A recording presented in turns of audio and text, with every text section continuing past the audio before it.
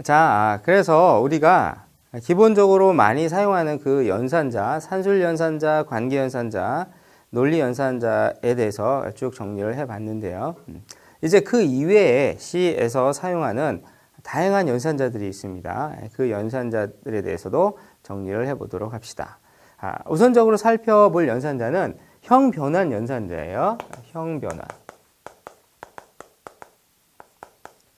자, 이 연산자는 피연산자를 하나 취하는 연산자인데 피연산자의 형태를 바꿔준다. 뭐 그런 얘기죠. 변환시킨다. 자, 예를 들어서 이거 한번 봅시다.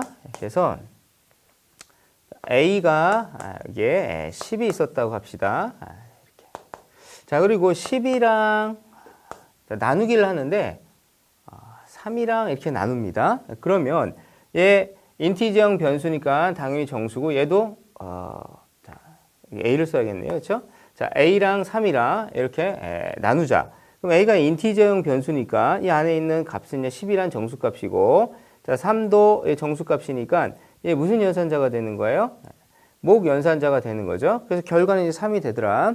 그런데 여기다 점을 쫙 찍으면 어떻게 돼요? 얘가 실수값이 되죠. 그래서 3인 경우에는 4바이트로 처리가 되는데 점을 찍게 되면 8바이트로 번역이 된단 말이에요. 그러니까 거기에 있는 비트열도 다 다르게 뭐 어떤 IEEE 754 스탠다드에 맞춰서 다 번역이 되는 거죠.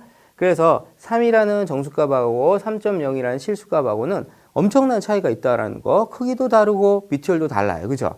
자, 그래서 얘를 연산을 할 때 딱 보니까 이 A 안에 있는 값은 정수값이고 그 다음에 나누는 값은 실수값이고 크기가 다르잖아요. 4바이트, 8바이트. 그죠? 자, 이런 경우에 연산을 할 수가 없어요. 그래서 피연산자 형태를 맞춰주는 작업을 해줘야 되는데 이런 경우에는 A의 형태가 자, 실수값으로 바뀌어요.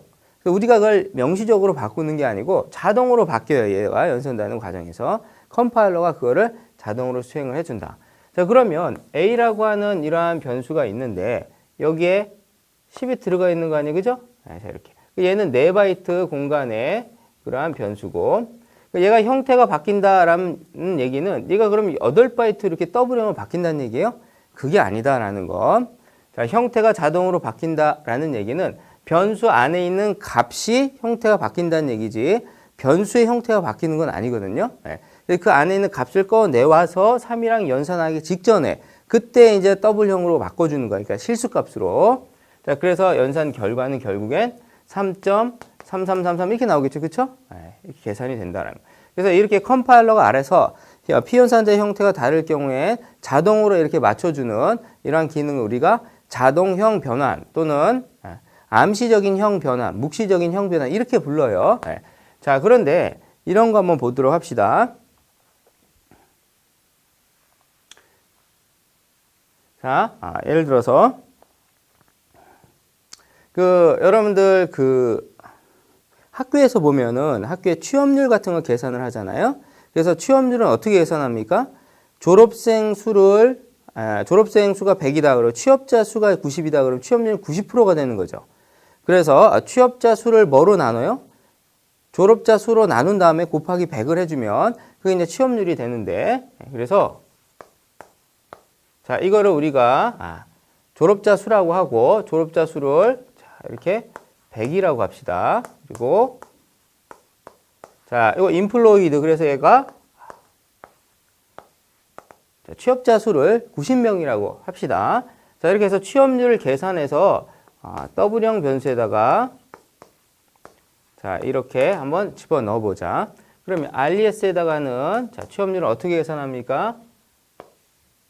자, 취업자 수 EMPL을 뭐로 나눈다? 졸업자 수. 자, 이거 나누고 자, 이걸 뭐로 곱해줘요? 100이랑 곱해줘야겠죠. 그렇죠? 이렇게 100.0 실수로 곱해주자. 자, 그러면 이렇게 계산을 하면은 나누기 곱하기 연산자 우선순위가 같아요. 얘네들은. 자, 이런 경우에 앞에서부터 먼저 연산이 되죠. 괄호를 붙여줘도 되고 안 붙여줘도 되는데 붙여줬다고 합시다. 자, 이런 경우에 보세요. 얘가 EMPL이 인티저형이고 그레듀에이티드도 인티저형이고 그죠? 그 둘 다 안에 있는 값이 정수다 보니 이게 뭐가 연산이 됩니까? 이게 90이고 이게 100이니까 결국 얘는 목 연산자가 되고 90을 100으로 나눈 목수는 얼마입니까? 0이잖아요. 그쵸? 0이랑 100이랑 곱하면 0이 나오는 거야. 취업률이 90이 나와야 되는데 이게 목 연산자 기능을 하다 보니 이 0이 나오는 거야. 그러면 어떤 경우 위에는 전부 다 0이 나오겠어요? 전부 다 취업한 경우, 그쵸? 그런 경우는 얘도 100이 될 테니까 그런 경우에는 100을 100으로 나눈 몫이 1이니까 100%가 나와요. 그죠? 그 이외의 경우에는 전부 다 0이 되더라. 그래서 0 아니면 100이야. 이게 취업률이. 자, 이런 경우에 문제가 생기니까 결국 이 둘 중에 하나가 뭐가 돼야 돼요? 더블형이 돼야지만 제대로 이제는 자동형 변환되고 취업률이 계산이 된다. 그런데 여러분 생각해 보세요. 얘는 인티저형으로 충분해요. 그렇죠? 사람 수가 소수점일 리가 없잖아요. 자, 그리고 프로그램이 여기서 끝나는 게 아니고 프로그램이 굉장히 큰 프로그램이고 거기서 이러한 사람 수가 정수형으로 쓰이는 게 맞잖아요. 그렇죠? 그래서 여기서만 단지 요 연산을 수행할 때만 단지 뭐로 바뀌었으면 좋겠어요? 더블형으로 바뀌었으면 좋겠어. 근데 이 변수 자체가 더블로 이렇게 바뀌는 건 아니야. 얘는 일단 한번 인티저형으로 확보가 되면 그게 형태가 바뀌지 않아요. 프로그램 끝날 때까지. 근데 그 안에 있는 저장 공간 안에 있는 그 값을 잠깐 더블형으로 바꾸고 싶은 거야. 실수값으로. 자, 그런 경우에 바로 형 변환 연산자를 쓴다라는 거. 그래서 이거는 어떤 식으로 우리가 사용할 수가 있냐면 형 변환 연산자는 이렇게 써요. 내가 바꾸고자 하는 자료형을 여기다 넣어줘. 더블형으로 바꾸려고 하는 거예요. 그렇죠? 자, 이렇게 하면 이게 형 변환 연산자예요. P 연산자는 옆에다 바로 써준다라는 거. 그래서 EMPL을 취업자 수를 그 안에 있는 값을 이게 EMPL이다. 자, 그럼 여기에 90이 들어가 있을 거 아니에요? 여기 안에 있는 값을 뭐로 형 변환하는 거야? 90.0으로 형 변환하는 거예요. 자, 이렇게 형 변환한 다음에 이걸 뭐로 나누자?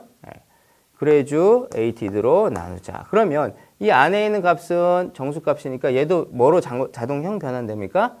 100.0으로 자동형 변환되는 거예요. 그렇죠? 그러니까 하나만 바꿔주면 나머지는 컴파일러 알아서 바꿔줘요. 자, 이렇게 한 다음에 90.0을 100.0으로 나누면 0.9가 계산이 돼. 그렇죠? 둘 다 형태가 맞으니까. 여기다 100.0을 곱하면 바로 90%가 된다라는 거. 이런 식으로 해줘야지만 제대로 연산이 되겠죠. 그렇죠? 그래서 원래 인티저형 변수로 사용하는 게 맞아요. 근데 어떤 특별한 어떤 상황에서 얘가 잠시 다른 자료형으로 이렇게 사용하고 싶어. 그런 경우에 이렇게 형 변환 연산자를 쓴다라는 거. 자, 그리고 형 변환 연산자는 또 어떤 경우에 쓰냐면 여러분들 이렇게 해서 만약에 얘가 90.7이었다. 자, 그러면 얘 정수 부분만, 즉 소수 부분을 버리고 싶어요. 그러면 인티저형 변수에다가 여기에 뭐 RES2다. 자, 그러면 RES2에다는 자, RES를 집어넣어라. 예를 들어서 이제 90.7이었다고 하면 자, 그러면 어떤 값만 들어간다? 정수 부분만 들어간다. 소수점은 9든 7이든 8이든 다 잘려요. 그래서 이런 경우에 제가 인티저형이니까 그죠? 이런 경우에도 이게 자동형 변환이 된다라는 거. 그런데 대입 연산자 같은 경우에는 자동형 변환이 연산자인데 얘는 정수고 얘는 실수잖아요. 그죠? 얘는 인티저형이고 얘는 더블이잖아요. 그죠? 이런 경우에는 얘가 갑자기 더블형으로 바뀝니까? 그건 아니죠. 이 대입 연산자 같은 경우에 무조건 왼쪽에 있는 자료형에 맞춰서 얘가 형태가 바뀐다. 자, 그런데 이렇게 하게 되면 또 컴파일러가 얘는 RES 더블형인데 이 RES2는 인티저형이니까는 값이 잘린다고 또 불평합니다. 경고 메시지로. 자, 그래서 또 다른 사람이 보기에도 이 코드를 보기에 뭔가 소수점이 잘리는데 그거 모르고 코딩한 거 아니냐? 이렇게 오해할 수 있잖아요. 그래서 이런 경우에도 컴파일러도 안심하고 컴파일할 수 있게끔 자, 이렇게 인티저형으로 형 변환해 주자. 형 변환 연산자를 써주는 거예요. 이렇게. 자, 이러면 RES가 인티저형으로 바뀌는 거 아니죠. 그쵸?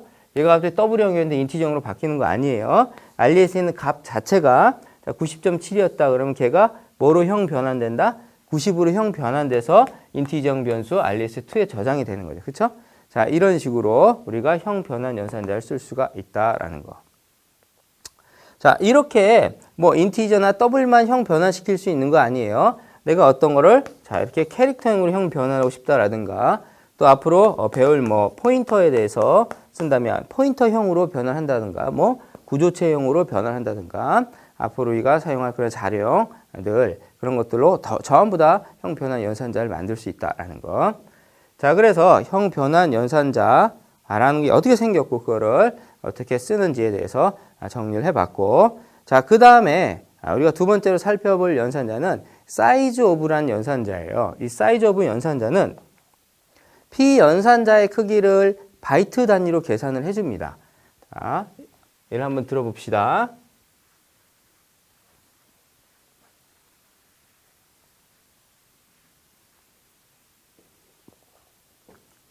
자, 이런 거 있어요. 인티저형 변수, 자, A가 있고, 여기 뭐 10이 있다고 합시다. 뭐 더블형 변수, B가 있고, 여기는 뭐 3.4, 이런 걸 집어넣었어요. 자, 그런데, 사이즈 오브 연산자는 이렇게 생겼어. 사이즈 오브, 이런 식으로. 이게 연산자예요. 굉장히 특이하게 생겼죠? 네. 이게 연산자고, 그냥 P 연산자를 옆에 적어주면 되는데, A, 이렇게 적어주면, 자, 이 P 연산자의 크기가 몇 바이트인지 그거를 계산해줘. 그럼 이 연산의 결과는 뭡니까? A가 인티저형이고 인티저형이 4니까, 그렇죠? 물론 이제 컴파일러에 따라서 얘가 2바이트로 번역하는 경우도 있어요. 그러면 결과가 2가 될 수도 있어요. 자, 어찌됐든 간에 printf에서 이거를 %d로 찍자. 그러면 결과가 뭐가 나온다라는 거? 4가 나온다라는 거. 그러면 사이즈 오브하고 B 하게 되면 8이 나오겠죠, 그렇죠? 그리고 이렇게 변수를 쓸 수도 있고 직접 3.5, 자, 이런 상수가 몇 바이트로 구현되어 있는지 그 크기를 알고 싶다 그러면 직접 상수를 P 연산자로 쓸 수도 있어요. 자, 뿐만 아니라 수식도 쓸 수 있어요. 이렇게 플러스 10 이런 식으로 하면 얘는 8바이트고 얘는 4바이트인데 연산의 결과는 8바이트가 돼요. 그렇죠? 10이 10.0으로 바뀌어서 13.5가 나오는 거 아니에요? 그래서 크기는 8바이트가 8이 되더라. 그런 얘기예요. 자, 그런데 이거를 이 괄호를 안 붙이게 되면은, 자, 이런 경우에는 P 연산자 요거는 그냥 구분이 가능하니까 괄호 안 붙여도 상관이 없어요. 얘가 괄호를 안 붙이면 결과가 얼마가 되냐면 사이즈 오브 3.5 이게 먼저 연산이 된단 말이야. 덧셈 연산자, 이항 연산자, 얘 단항 연산자거든요. P 연산자 하나 취하는 3.5의 크기가 얼마예요? 8이고 거기다가 10을 더하니까는 18이 나온다라는 거. 아시겠어요? 네. 자, 그래서 어떤 연산의 결과의 크기를 알고 싶다 그러면 반드시 뭘 붙여주자? 괄호를 붙여주자. 이렇게 P 연산자에 괄호를 붙여줘야 되는 경우 이것뿐만 있는 게 아니고 자료형 있잖아. 이런 자료형이 컴파일러에서 몇 바이트로 구현되는지 그것도 우리가 크기를 알 수가 있다. 자, 예를 들어서 이런 식으로 사이즈 오브 하고 자, 인트 이렇게. 그러면 인티저 형이 이 컴파일러에서 몇 바이트로 처리된 건지 그 크기를 계산해줘요. 그렇죠? 그래서 4가 나올 텐데 이걸 이대로 쓰게 되면 컴파일러가 어떻게 오해하냐면 인트야 그러면 변수 선언해야 되겠네 이렇게 생각한단 말이에요. 그래서 반드시 이 인트라고 하는 게 사이즈 오브에서 P 연산자다라는 걸 표시해주기 위해서 반드시 이 경우도 괄호를 붙여줘야 된다. 그러면 사이즈 오브 연산자는 어떤 경우에 괄호 붙이고 어떤 경우에 괄호 안 붙이고 그럽니까? 그러면은 헷갈리잖아요. 그렇죠? 그래서 그냥 다 괄호를 붙여서 쓰시면 돼요. 그래서 이름도 특이하게 생겼고 또 괄호를 다 붙여서 사용해 주니까 우리가 함수가 아니라 이렇게 오해할 수 있어요. 근데 얘는 함수가 아니고 연산자다라는 거. 그래서 사이즈 오브 이렇게 물 한 칸 떼어줘야 돼요. 이렇게 해도 결과가 나온다라는 거. 이게 함수라면 반드시 괄호 써줘야 되거든요. 자, 얘는 함수 아닙니다. 연산자입니다. 자, 그래서 이렇게 변수나 상수나 수식이나 자료형에 대한 크기를 구할 수도 있고 또 여러 배열의 크기도 구할 수 있어요. 이렇게 캐릭터 str이라고 합시다. 자, 이거는 문자 열을 저장하기 위해서 우리가 20바이트 연속적으로 잡아주는 거죠. 캐릭터가 한 바이트니까 그게 연속적으로 20개 잡혀있으면 20바이트일 거 아니야. 그래서 사이즈 오브 하고 자, str 이렇게 배열명을 주게 되면은 20이 나옵니다. 그러니까 배열 전체의 크기를 구할 수도 있고 또 문자 열의 크기도 구할 수 있어요. 여러분들 사이즈 오브 하고 자, A라고 하는 이러한 이거 문자예요, 문자열이에요. 양쪽에 큰 따옴표 있으니까 문자열이죠. 문자열은 컴파일 되고 나면 뒤에다 뭐 하나 붙인다? 널 문자 하나 붙인다. 이 결과 얼마일까요? 2가 돼요. 그렇죠? 네, 2가 된다. 널 문자까지 포함해서 이렇게 문자열의 크기도 구할 수 있고 또 앞으로 배우겠지만 포인터라든가 구조체라든가 뭐 기타 여러분들 응용에 사용하는 그러한 모든 자료의 크기가 내가 궁금하다. 그러면 무조건 뭘 떠올리면 된다? 사이즈 오브를 떠올리면 된다라는 거. 자, 이해되셨습니까? 자, 그래서 사이즈 오브 연산자에 대해서 정리를 해봤고 자, 이제 복합 대입 연산자라는 걸 한번 생각해 보도록 합시다. 복합 대입 연산자 말이 어려워요. 말만 어려워. 자, 왜 그러냐면 우리가 이미 다 알고 있는 그러한 수식을 연산자를 만들어냈을 뿐인 거야. 이거 한번 봅시다. A가 있습니다. 여기에 10이 저장이 돼 있어요. 그러면 A에다가 플러스 1을 했어요. 그러면 값이 11이 되는 거죠? 이 상태에서 A 값은 바뀌어 있습니까? 안 바뀌어 있습니까? 아직 안 바뀌어 있어요. 그렇죠? A라는 이름이 붙어 있는 메모리 공간에 있는 값을 끄집어 내와서 그거랑 더하는 거지. A에다 집어넣어라 아직 안 했어요. 그렇죠? 자, 이거를 A에다 다시 집어넣어라. 그럼 A 값이 증가가 된단 말이에요. 그래서 더하기를 한 결과를 다시 A에다 집어넣을 때 이 덧셈 연산자와 대입 연산자 두 개를 하나로 합쳐서 우리가 하나의 연산자로 만들 수 있어요. 이렇게 플러스 이퀄 이렇게 이걸 우리가 복합 대입 연산자라고 한다라는 거. 이게 전체가 하나의 연산자인 거예요. 그럼 P 연산자 어떻게 씁니까? 왼쪽에 다시 집어넣을 P 연산자. 오른쪽에 연산된 나머지 P 연산자. 이렇게 하게 되면 두 개를 더해서 A에다 집어넣는다. 그러면 꼭 더하기만 해야 되는 거야? 그렇진 않지. 빼기 이퀄, 곱하기 이퀄, 나머지 이퀄, 나누기 이퀄까지 이렇게 5개의 복합 대입 연산자가 있다라는 것. 그래서 이거 보세요. A 곱하기 이퀄 1 이렇게 하면 이거는 똑같네요. 그렇죠? 2 이렇게 하면 어떻게 될까요? 현재 A 값에다 2를 곱해가지고 다시 A에다 집어넣는 그런 식이 되겠죠? 그래서 이렇게 하나를 증가시키는 경우에는 이렇게 할 수도 있고 이렇게 할 수도 있고 또 이런 연산자도 있었잖아요. 그렇죠? 자, 이런 것도 가능하고 또 전위 표기 이렇게 하는 것도 가능하고 그래서 이런 경우에는 자 이렇게 쓰는 게 좋겠죠. 근데 2를 증가시킨다 그러면 A에다가 A 플러스 2 자 이렇게 하는 것보다 A 플러스 이퀄 2 하는 게 훨씬 좋겠죠. 연산자에 2개 쓰는 거고 얘는 하나 쓰는 거니까 자 그래서 복합 대입 연산자를 쓸 수가 있다라는 거. 그 얘는 산술 연산자와 함께 쓰기 때문에 5개가 있다라는 거. 또 비트 연산자와 함께 복합 대입해서 쓰는 경우 있어요. 그냥 비트 연산자 가서 다시 살펴보도록 합시다. 자, 이 복합 대입 연산자를 이렇게 쓰는데, 자, 이걸 쓸 때 그 연산자 우선순위에 대해서 주의해 줘야 돼. 여러분들 이거 봅시다. 자, 이렇게 B 곱하기 이퀄 A 플러스 3 이렇게 했다면 연산자 하나, 2개예요. 그쵸? 그럼 곱하기 이퀄이니까 더하기보다 우선순위가 높으니까 B랑 A랑 곱해가지고 B에다 집어넣고 그거랑 3이랑 더합니까? 그렇지 않아요. 이 경우에 덧셈 연산자가 우선순위가 얘보다 높다라는 거. 그래서 A랑 3이랑 더한 그 결과 가지고 B랑 곱해서 다시 B 집어넣는 거예요. 네. 그래서 복합 대입 연산자는 뭐와 우선순위가 같다? 대입 연산자와 우선순위가 같다. 다른 거 모두 연산하고 난 다음에 마지막에 복합 대입을 수행한다. 라고 이렇게 정리를 하시면 될 것 같습니다. 자, 이제 콤마 연산자에 대해서 한번 정리를 해봅시다. 콤마 연산자라고 하는 거는 연산자가 이렇게 생겼어요. 그냥 콤마야, 이렇게. 그리고 P 연산자를 이렇게 나열해 주면 되거든요. 그래서 콤마를 연속으로 이렇게 사용할 수가 있습니다. 그러면 왼쪽에서부터 오른쪽으로 차례대로 그냥 연산을 한다 이렇게 보시면 돼요. 그래서 여러 개의 문장을 하나의 어떤 한 줄에다가 연속으로 연산하고 싶을 때 그때 콤마 연산자를 쓴다라는 거. 예를 들어서 A에 10이 있습니다. 자, 그냥 여기다가 1을 더한 다음에 그걸 다시 B에 집어넣어라. 뭐 이런 식으로 하고 싶어요. 그래서 인티저형, 자, B가 있고, 자, 플러스 A 하고 난 다음에 콤마 찍는 거야, 그냥. 그리고 B에다가 자, A를 집어넣어라. 이렇게.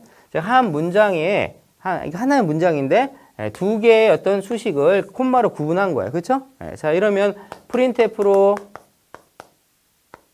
자, A 찍으면 얼마가 나와요? 이거? A 여기서 하나 증가시켰으니까. 그죠? 11이 나오고, A 찍으면 11이 나오고, 그리고 B 찍으면 뭐가 나옵니까? %T로 B 찍으면 B는 A를 집어넣었으니까 증가하고 난 다음에 11을 B에 집어넣는 거죠? 그러니까 얘도 11이 나온다라는 거. 그래서 콤마 연산자는 차례대로 왼쪽에서 오른쪽으로 이렇게 진행이 된다. 그냥 수식을 진행을 한다. 이렇게 보시면 되고 이 연산의 최종 결과는 뭐가 되냐면 가장 우측에 마지막에 연산한 그 P 연산자가 바로 연산식이 될 수도 있고 걔가 바로 최종 결과가 된다. 이렇게 보시면 되겠죠. 그렇죠? 그래서 이런 경우에는 콤마로 그냥 쭉 이렇게 나열하기보다는 이렇게 하면 가독성이 떨어져요. 뭔지 잘 모른다. 그런 얘기에서 하나의 수식은 한 문장으로 이렇게 이렇게 나눠서 작성하는 게 훨씬 가독성이 좋습니다. 그쵸? 이렇게 하면 A가 증가되고 증가된 값이 이제 B에 들어가는구나 이런 식으로. 자, 그런데 이제 여러분들 반복문 같은 경우에 거기다 조건식을 이렇게 나열을 한다거나 초기화식을 나열을 한다거나 그걸 이제 딱 제한되어 있는 어떤 그런 포맷 안에서 이렇게 여러 개의 수식을 써야 되는 경우, 자, 그런 경우에 쓰기도 한다라는 거. 자, 그거는 여러분들이 나중에 그 포문 가가지고, 즉 반복문 가가지고 그 예를 살펴보도록 하는 게 좋을 것 같아요. 자, 어찌됐든 콤마 연산 이렇게 차례대로 수행이 된다라는 거. 자, 그런데 콤마 연산자는 대입 연산자보다 우선순위가 낮은 유일한 연산자야. 모든 연산자는 다 대입 연산자보다 우선순위가 높거든요. 그 걔네들 다 연산하고 난 다음에 최종적으로 대입이 되는데 얘는 대입 연산자보다 우선순위가 낮기 때문에 자, 예를 들어서 자, B에다가 자, 대입을 시키는데 콤마 찍고 그리고 여기다가 10 이런 식으로 했다고 합시다. 자, 이렇게 수식을. 그러면 자, 여기 콤마 연산자가 있잖아요. 그래서 어디서부터 어디까지가 하나의 연산자가 되는 거예요? 하나의 수식이 되는 거예요. 여기서부터 여기까지 수식이 먼저 수행이 되는 거야. 그래서 A를 하나 증가시켜서 B에다 집어넣으니까 B는 11이 되고, 얘 10은 뭐야 그냥 뜬금없이 나와 있는 거죠. 그렇죠? 그래서 이런 경우에 내가 A를 하나 증가시키고 B에다 10을 넣고 싶으면 이런 식으로 해주는 거예요. 그래서 콤마 연산자 괄호를 붙였으니까 대입 연산자보다 먼저 수행이 되죠. A를 하나 증가시키고 그 다음에 콤마 연산의 최종 결과는 가장 우측에 있는 값이니까 이 10이 이 콤마 연산의 결과가 되고 얘가 다시 대입 연산에서 B에 저장이 되겠죠. 그렇죠? 이런 식으로 대입 연산자보다 우선순위가 낮다라는 거, 그게 콤마 연산자의 특징입니다. 그래서 이렇게 기억을 해 놓으면 될 것 같아요. 자, 그리고 이제 유일한 사망 연산자인 비트 연산자를 한번 살펴보도록 합시다. 유일한 사망 연산자인 조건 연산자, 거기에 대해서 한번 살펴보도록 합시다.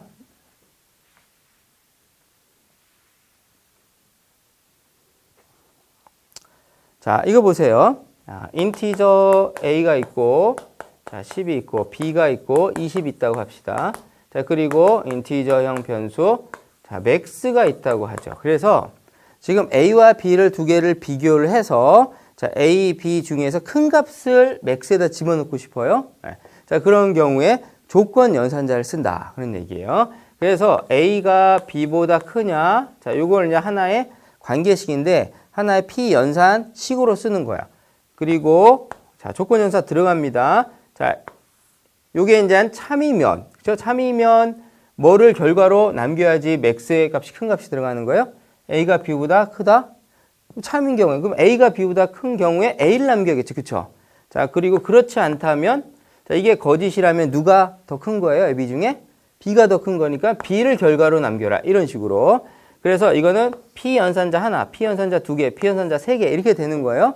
얘가 연산자가 되는 거죠. 그쵸? 자, 그래서 이 연산의 결과는 결국 뭐다? A가 B보다 작으니까 B가 된다라는, 그쵸? 자, 이 B가 연산의 결과가 됐으면 어디다 집어넣자? max에다 집어넣자. 그쵸? 이렇게 하면은 얘 하나의 조건 연산식이 된다라는 것. 자, 만약에 얘가 30이었다면 어떻게 될까요? A가 B보다 크니까 결과가 A가 돼가지고 결국엔 max의 값은 A가 들어가겠죠? 그래서 이런 식으로 우리가 연산식을 사용할 수가 있다라는 것.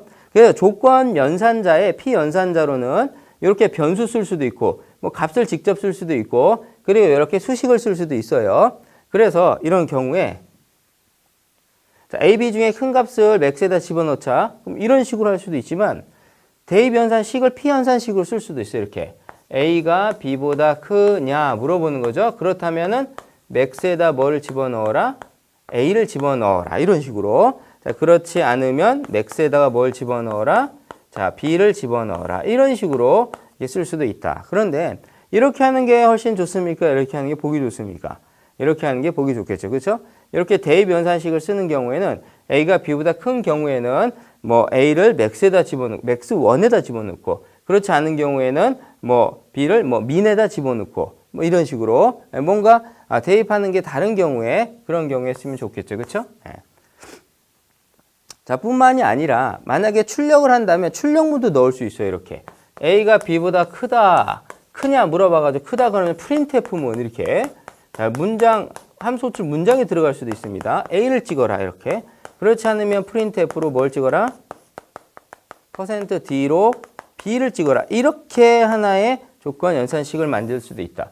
조건 연산식의 P 연산자로서 함수 호출 문장에 들어가는 경우인데 이 경우에는 아무 함수나 다 이렇게 호출 문장을 넣을 수가 있는 게 아니고 그 함수가 반환하는 값이 있는 경우에 사실 printf는 뭔가 찍고 나서 그리고 그 찍은 문자의 수를 반환하도록 되어 있거든요. 이런 반환값이 있는 경우에는 수식의 일부를 쓸 수가 있기 때문에 이렇게 여기다 넣을 수가 있다라는 거. 자, 그래서 우리가 이렇게 유일한 사망 연산자인 조건 연산자에 대해서도 정리를 해봤습니다. 자, 이제 연산자에서 남은 부분 비트 연산자가 남아 있는데 이 비트 연산자에 대해서 한번 살펴보도록 합시다. 비트 연산자는 비트 단위로 연산을 수행하는 거죠. 자, 그래서 비트 연산자에는 어떤 것들이 있냐? 비트 논리 연산자가 있고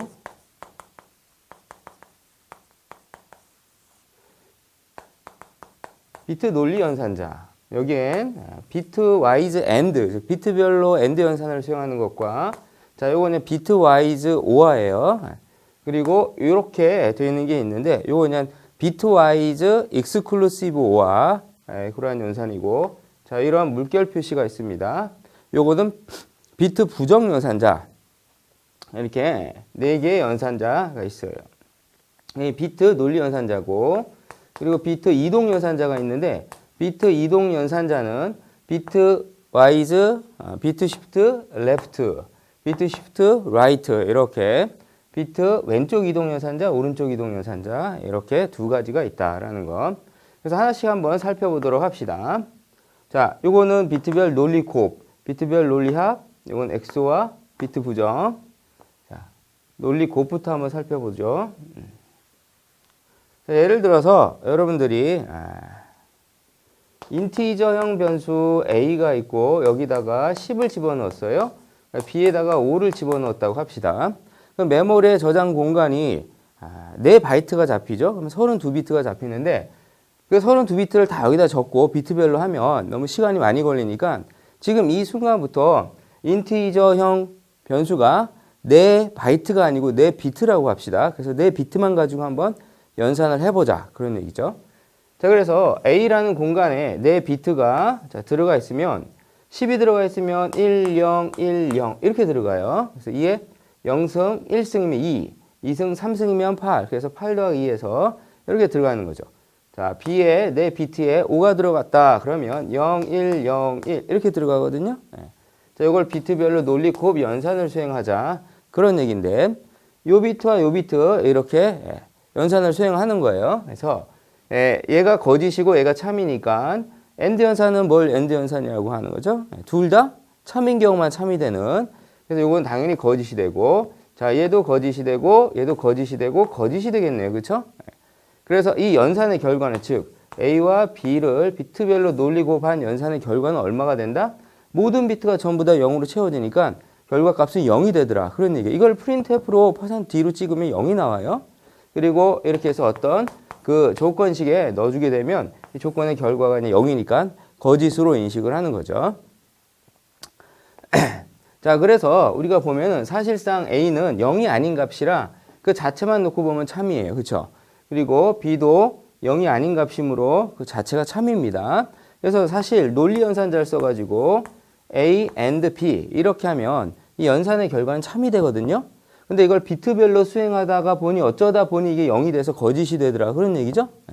그래서 비트별 논리 곱 연산은 이거를 논리 관계를 표현하는 데 사용하면 안 된다라는 거. 그러니까 비트별 논리 연산자이기 때문에 그런 거죠. 그렇죠? 전체적으로 연산 결과가 0이 나오니까.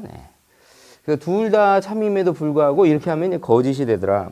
그래서 원래는 이렇게 써줘야 되는데 이걸 실수로 이렇게 쓰는 경우도 있어요. 자, 이러면 우리가 컴파일 에러가 나는 게 아니고 프로그램의 결과가 우리와 다르게 이제 결과가 수행이 된다. 그런 얘기예요. 자, 뭐 특별히 어려운 건 없어요. 0과 1 두 개를 해서 둘 다 1이면 1이 되고 둘 다 0이면은 0이 당연히 0이 되는 그런 연산이 되겠죠. 자, 그럼 비트별 논리 합 연산을 한번 수행해 볼까요? 이거를 자, 이렇게 했다고 합시다.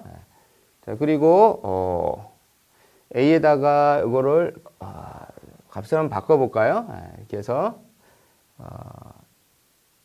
자, B의 값을 6으로 이렇게 한번 해봅시다. 그러면 여기가 자, 이렇게 되겠죠? 이렇게 해서 2의 0승, 1승이면 2, 2승이면 4 더하기 2에서 6이 되죠. 자, 이걸 논리 곱 연산을 수행을 하면 자, 얘는 0이 되고 자, 얘는 둘 다 1이니까 당연히 1이 되고 둘 중에 하나라도 1이면 1이 되는 거니까 얘가 1이 되고 얘가 1이 되는 자, 이러한 연산이 비트별 논리 합 연산이 되겠네요. 자, 그리고 논리 자, 비트별 논리 연산자 중에 이런 연산자가 있었어요. XOR 연산자죠. 자, 요거는 어떻게 연산이 수행이 되냐면 둘이 같아요. 그러니까 1, 1이 되거나 0, 0이 되거나 둘이 같을 때는 거짓이 돼요. 근데 둘이 다를 경우에 하나가 1이고 하나가 0이거나 또는 0, 1이거나 이런 경우에만 참이 되는 그래서 같으면 거짓이고 둘이 다르면 참이 되는 그러한 연산이 바로 비트별 XOR 연산이다. 자, 이거 한번 보도록 합시다. 자, 요거는 둘이 같으니까 참이에요, 거짓이에요? 같으면은 거짓이에요. 그래서 0이 되고 둘이 같으니까 얘도 거짓이 됩니다. 이렇게 0, 1 다르죠? 그럼 다르니까 1이 되고 참이 되고 1, 0 다르니까 참이 되고 그래서 연산의 결과는 1, 1, 0, 1이 되더라. 자, 그게 바로 XOR 연산이다. XOR, Exclusive OR 연산이 바로 이 연산자다. 이렇게 보시면 되겠죠. 자, 그리고 비트별 논리 연산자 중에 유일한 단항 연산자. 자, 이렇게 비트 부정 연산자가 있어요. 이건 P 연산자를 하나 취하는 연산자로 P 연산자의 비트를 바꾸는 거야. 반전시키는 거죠. 0이면 1로, 1이면 0으로 바꾸는 그러한 연산자다. 예를 들어서 A가 자, 이러한 비트열이 이렇게 저장이 되어 있는 상태에서 A에 대해서 이렇게 비트 부정 연산을 수행하게 되면 얘는 A의 비트를 0은 1로, 1은 0으로 바꿔줘요. 그래서 얘가 1이니까 0, 결과는 0이니까 1, 이렇게 0, 1 이렇게 되겠네요. 그렇죠? 이런 식으로. 그래서 각 비트를 우리가 반전시켜야 될 필요가 있을 때 비트 부정 연산을 수행을 한다. 자, 이렇게 정리를 하시면 되겠죠. 그래서 비트별 논리 곱, 논리 합, 엑스클루시브 OR, 익스클루시브 OR 그리고 비트 부정 연산 이렇게 네 가지의 비트 논리 연산자에 대해서 살펴봤습니다. 자, 그리고 이제 비트 이동 연산자로 넘어가 보도록 합시다. 비트 이동 연산자는 어떻게 사용을 하냐면 자, 요거는 한 바이트로 한번 표현을 해볼게요. A가 한 바이트라고 할 때 10을 집어넣으면 0000 1010 이렇게 메모리에 비트가 저장이 됩니다. 자, 요거에 대해서 우리가 어떤 연산을 수행할 거냐면 이렇게 비트 이동 연산, 왼쪽 이동을 한번 해보자. 그러면 이 비트 이동 연산자는 P 연산자를 두 개 취해서 왼쪽에 있는 값을 오른쪽에 있는 수만큼 왼쪽으로 비트 이동해라. 그런 뜻이에요. 자, 그러면 이게 8비트로 이렇게 딱 한 개가 있어요. 그 공간이. 자, 그렇다면 왼쪽에 있는 비트가 왼쪽으로 이동해가지고 저장될 곳은 없죠? 그래서 가장 왼쪽에 있는 비트는 사라져요. 그냥 사라지고 그 가장 왼쪽 자리에는 두 번째 비트가 저장이 되겠네요. 그렇죠? 이런 식으로 이동하는 거예요. 자, 이런 식으로 하나씩 이동하면 여기가 0으로 채워지고 0, 얘는 이렇게 이동하니까 1이 되겠네요. 0, 1, 자, 이렇게 가는 거죠. 0. 우측에 한 비트가 남겠네요. 그렇죠? 왼쪽으로 다 이동했으니까. 자, 이런 게 여기를 뭐로 채운다? 0으로 채운다. 그런 얘기야. 그래서 이렇게 비트 이동한 결과를 이 결과값을 출력을 하면 20이 나온다. 그런 얘기야. 왜? 얘가 가중치가 0, 1이에요. 2의 0승, 1승이었거든요. 이게 이제 왼쪽으로 이동하면서 2승 자리로 가니까 2배가 늘어난단 말이에요. 얘도 2배가 늘어나고. 그래서 왼쪽으로 비트 이동을 했을 때 한 비트 이동하면 2를 곱한 결과가 돼요.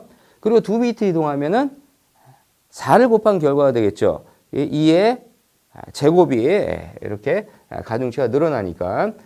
그래서 세 비트 이동하면 8을 곱한 결과가 되고 그런 식으로 우리가 값을 계산할 수가 있다. 그런 얘기죠. 반면에 얘를 우측으로 이동했을 경우 어떻게 되는지 한번 보도록 합시다. A를 자, 우측으로 한 비트 이동해라. 자, 이러면 우측으로 한 비트씩 이동하는데 가장 우측에 있는 비트는 뭐 저장될 공간이 없으니까 잘리겠죠. 그쵸? 그리고 얘가 이쪽으로 가고 자, 0, 1, 0 이렇게 되겠네요. 0이 이쪽으로 오고 나머지는 0으로 채워지고 아까와는 반대로 왼쪽에 한 비트가 남아요. 자, 이 남는 비트는 뭐로 채우냐? 무조건 0으로 채우냐? 그건 아니에요. 이 자료형에 따라서 다르게 채워지는데 A의 자료형이 여기에 특별히 어떤 예약어를 쓰지 않았기 때문에 signed 인티저형으로 그렇게 선언이 됩니다.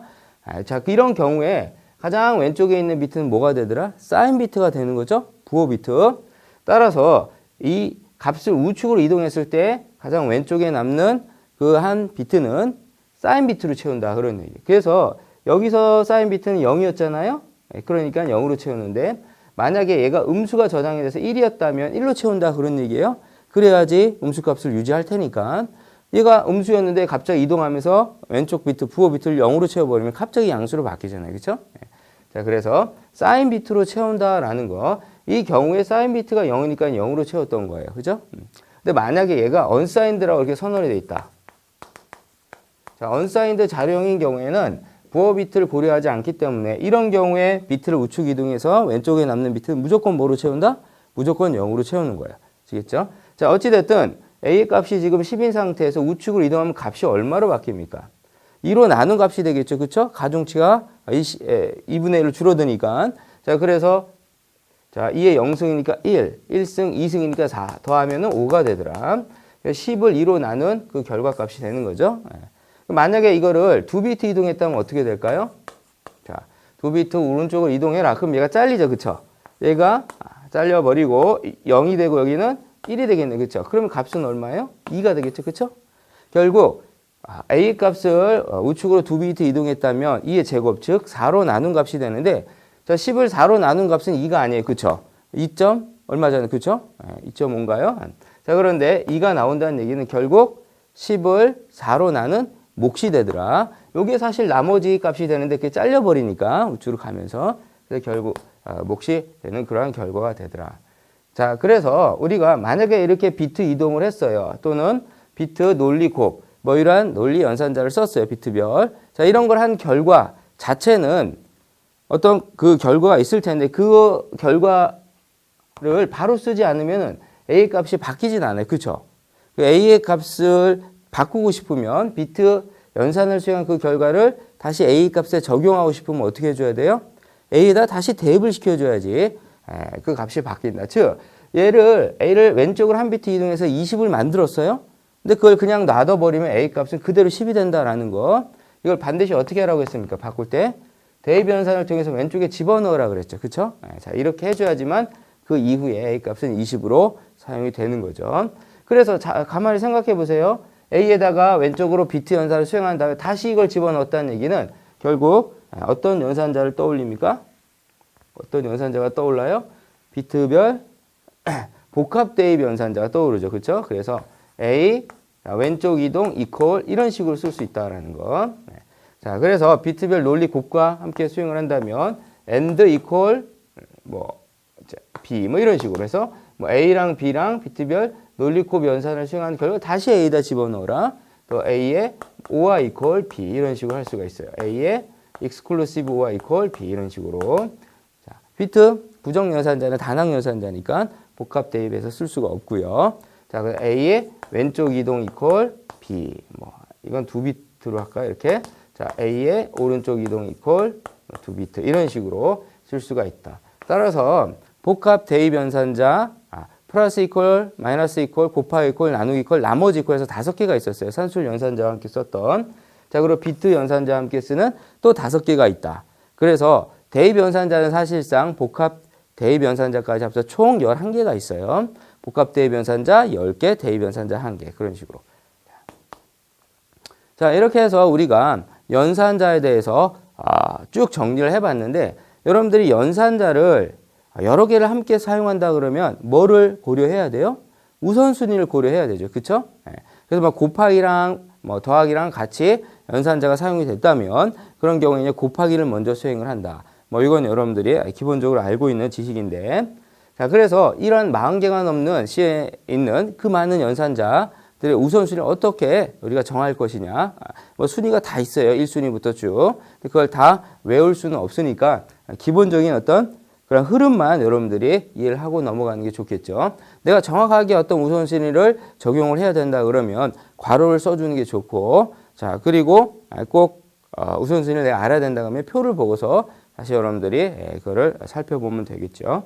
자, 그래서 전체적인 흐름은 어떻게 되냐면 일단 P연산자의 개수에 따라서 단항연산자가 무조건 2항연산자보다 우선순위가 높다. 2항연산자는 3항연산자보다 우선순위가 높다. 이렇게 보시면 되고, 그리고 우리가 지금 연산자를 쭉 살펴봤는데 어떤 순서로 살펴봤습니까? 기능에 따라서 산술연산자, 논리연산자, 관계연산자, 산술연산자, 관계연산자, 논리연산자 이런 순으로 살펴봤어요. 그래서 우선순위도 산술연산자가 관계연산자보다 높고 관계연산자가 논리연산자보다 높다. 이렇게 보시면 되겠죠. 자, 그런데 산술연산자도 걔네들끼리 우선순위가 있어요. 곱하기, 나누기, 나머지가 뭐보다 높아요? 더하기, 빼기보다 높겠죠. 그쵸? 얘네보다 얘네가 높다라는 건. 물론 이제 플러스나 마이너스 이런 거 같은 경우는 단항연산자이기 때문에 얘네들보다 더 높고. 그쵸? 자, 그리고 관계연산자도 크냐, 작으냐, 크거나 같으냐, 작거나 같으냐. 얘네들은 우선순위가 같은데 얘네들이 뭐보다 높아요? 같으냐, 같지 않느냐. 이 두 개를 우리가 동등연산자라고 하는데 얘네 둘이 우선순위 같고 얘네들 네 개가 같고 이 네 개는 이 두 개보다 높고 이렇게 되는 거예요. 그렇죠? 자, 그리고 논리연산자도 보면 자, 이런 논리 곱연산자가 있어요. 그렇죠? 논리 합연산자가 있고 논리 부정연산자가 있는데 얘는 단항연산자니까 당연히 얘네들보다 높겠죠. 그렇죠? 네. 자, 그리고 얘네들끼리도 우선순위가 있다라는 거. 얘가 얘보다 높아요. 논리 곱이 논리 합보다 높다라는 거. 자, 이런 식으로 여러분들이 쭉 전체적인 흐름만 정리하시면 되고, 또 한 가지 특징이 있는데 뭐를 기억하냐면 그 비트 이동 연산자가 있죠. 그 얘는 관계 연산자 얘네들보다 높다라는 거. 산술 연산자 바로 밑에 있다는 그런 특이한 특징을 여러분들 알아두시면 좋을 것 같습니다.